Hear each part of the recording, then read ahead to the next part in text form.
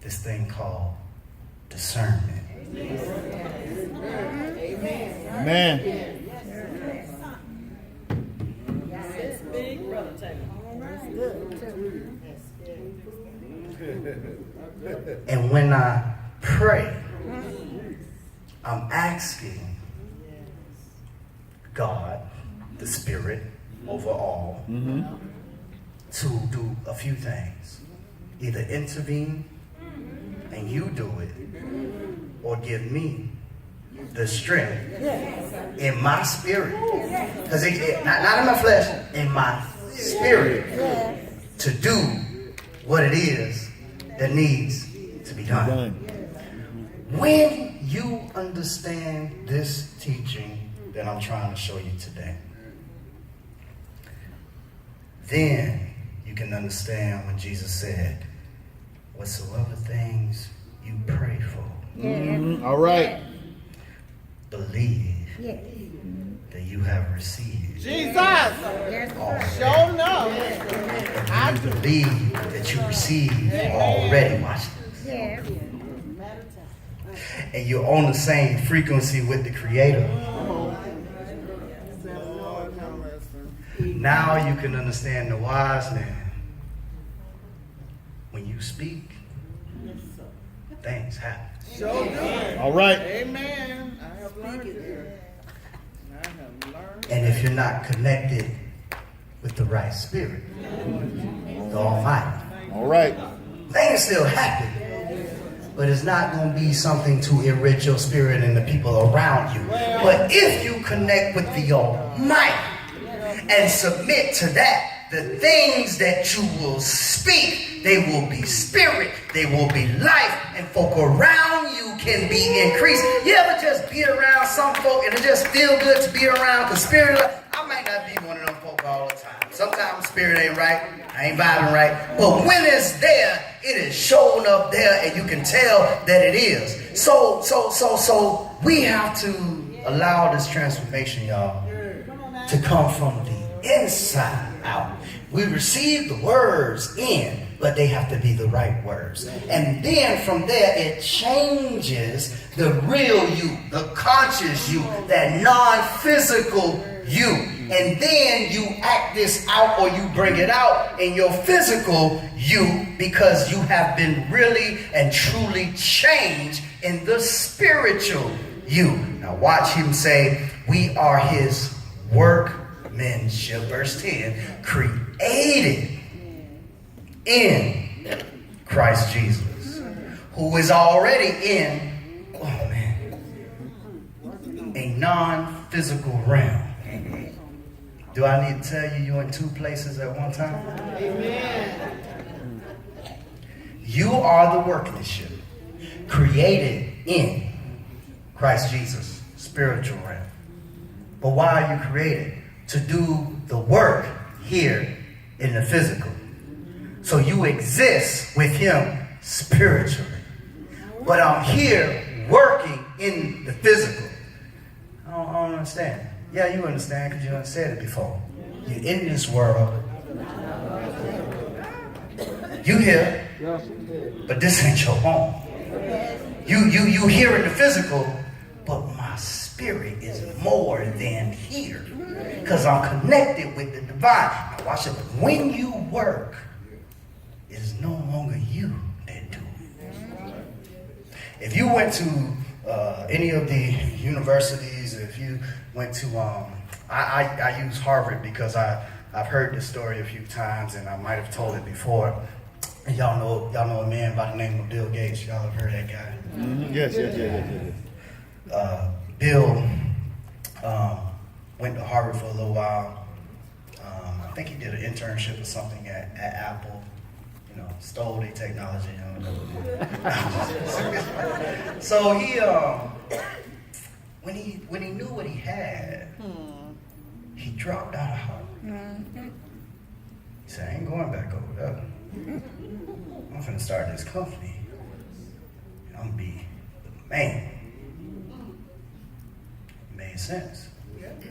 Because when you go to these universities, whatever creations and stuff you come up with, especially if you use the equipment, it's not yours anymore.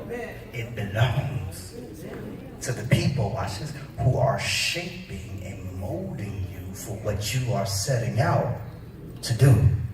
So he stepped out of Harvard. No need to go back. Billionaire, right? They call him back to speak to people who have actually graduated. Well, And gave him an honorary degree so that they can lay claim to what he did. Oh, he's from us. Stick in their chest out. Yeah. Okay, well, Christian, guess what? come on. Get stick our chest out. And you don't need to claim something that is degrading and something that is going back to the dust, because everything physical has an expiration date. I am connected and created of that which transcends time, space, and matter. I am spirit. You see this body, but that's not the real me. The real me that is in me is what's operating this body, but you don't see the real me. You can get rid of this shell we call the body, and me still exists. Some of y'all ain't gonna get that. Y'all gonna say I'm losing my mind. But when you understand this and you understand the words of God, you understand that the real you is inside, and it must become aware that you are connected to the true creator of all time, space, and matter. So when you operate, time, space, and matter cannot change who you really are. This is how you know whether or not your transformation is coming from the outside in rather than the inside out. Because when everything degrades and goes back to where it came from here, you can still stand strong because you were never made, and your true essence is not from here. The money don't make you, the job don't make you, the car don't make you, the home don't make you. No, what makes me is the creator and who he is, who is outside of time, space, and matter. Now, when I get ready to speak a thing, I can live as though I have everything I already need, because I walk by faith and not by sight. Let me deal with that. Real quickly. Okay. Got a call this morning, Brother Brown. A friend of mine down in Cocoa, he said, Brother Taylor, I want you to be on the radio this morning, and it's called On the Spot. And I just laughed because I'm telling y'all, I don't do on the spot. I was this close saying, no, can't do it. But he said it's like a minute, and he said, I want you to talk about stepping out on faith. Oh, That's what he said. here you I said, go. okay. All right, we'll talk about it. I thought about it for a little while. And every time, especially in Acts chapter 7, and after Abraham, Isaac, and Jacob, when people wanted to identify with the God that was chief over all of this stuff we see, the real God, the real creator, Come on. the Most High, he, either God himself, will remind, when Moses was at the burning bush, he told Moses who he was, but he told him this way. He said, I am the God of Abraham, Isaac, and Jacob. Why them three?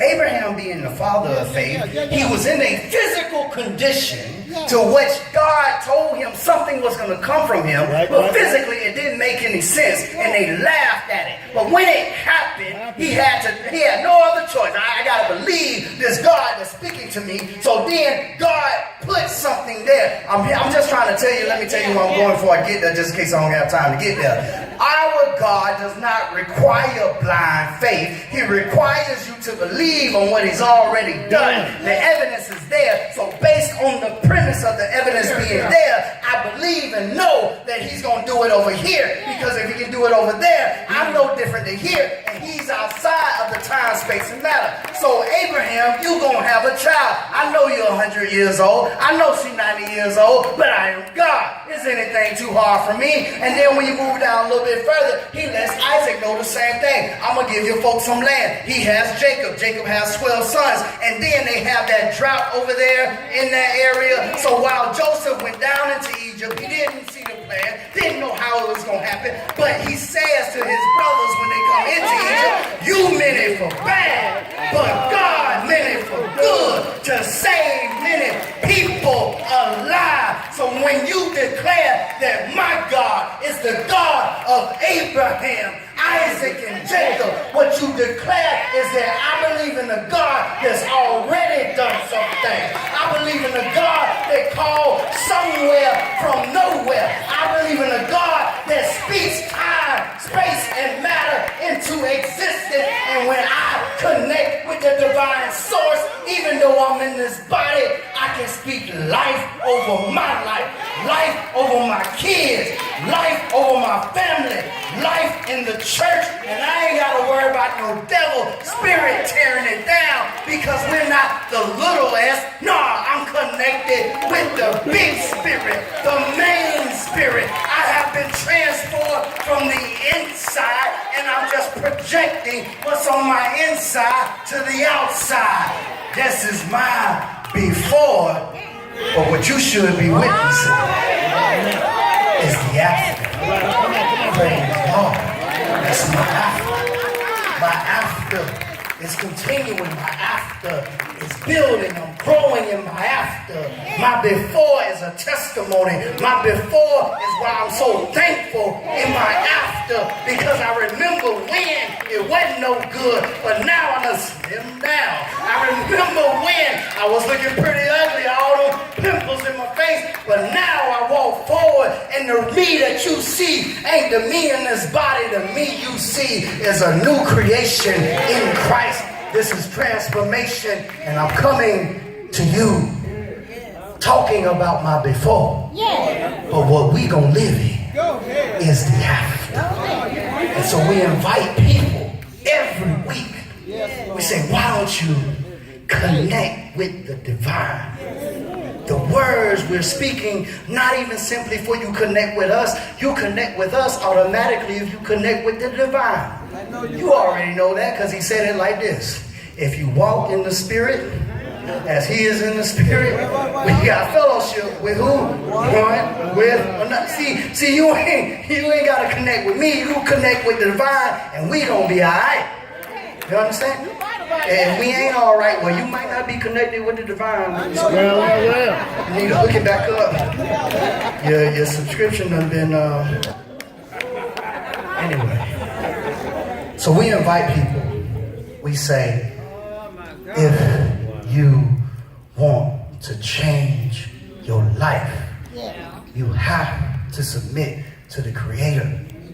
How do you do that? After you heard these words that are spirit and life, it has to be received in your conscious being, the real you, not in a data center of your mind. That's just memory. I'm talking about in the center of that mind, that thing that scientists can't quite put their finger on. We know it as consciousness. That's you. That's where you have to receive these words. And when you receive it, you decide in your being, I'm going to change what's been going on in my life. I'm going to change my consciousness. Listen, I'm going to vibrate on the creator level and not on the physical level, because when I vibrate with the creator, that means I feel him. And when I start talking, it's like the creator speaking in my life. Y'all ain't feeling me. And when the creator is speaking in your life, that's when you can really speak life over your life and other people's life. And so when you believe it and you change your mind, you confess that Jesus the Christ is the Son of God. The Bible tells us then we submit to baptism. I already gave you the text on that. It's not the water. It's obedience to the truth from your consciousness and submitting to whatever the Creator does when you get in there. It says it's a circumcision that is not done with the hands. See, you ain't got to see it. That's right. You didn't see your mother a little while ago. Or maybe you saw her, but you didn't use your eyes. You heard her, but nobody called your name. She didn't call you, but you heard it. Maybe you saw her. What is that? That's you. And that's what God made. And that's what God wants. So why don't you give it back to the Most High as we Amen. stand and we'll sing this invitational song for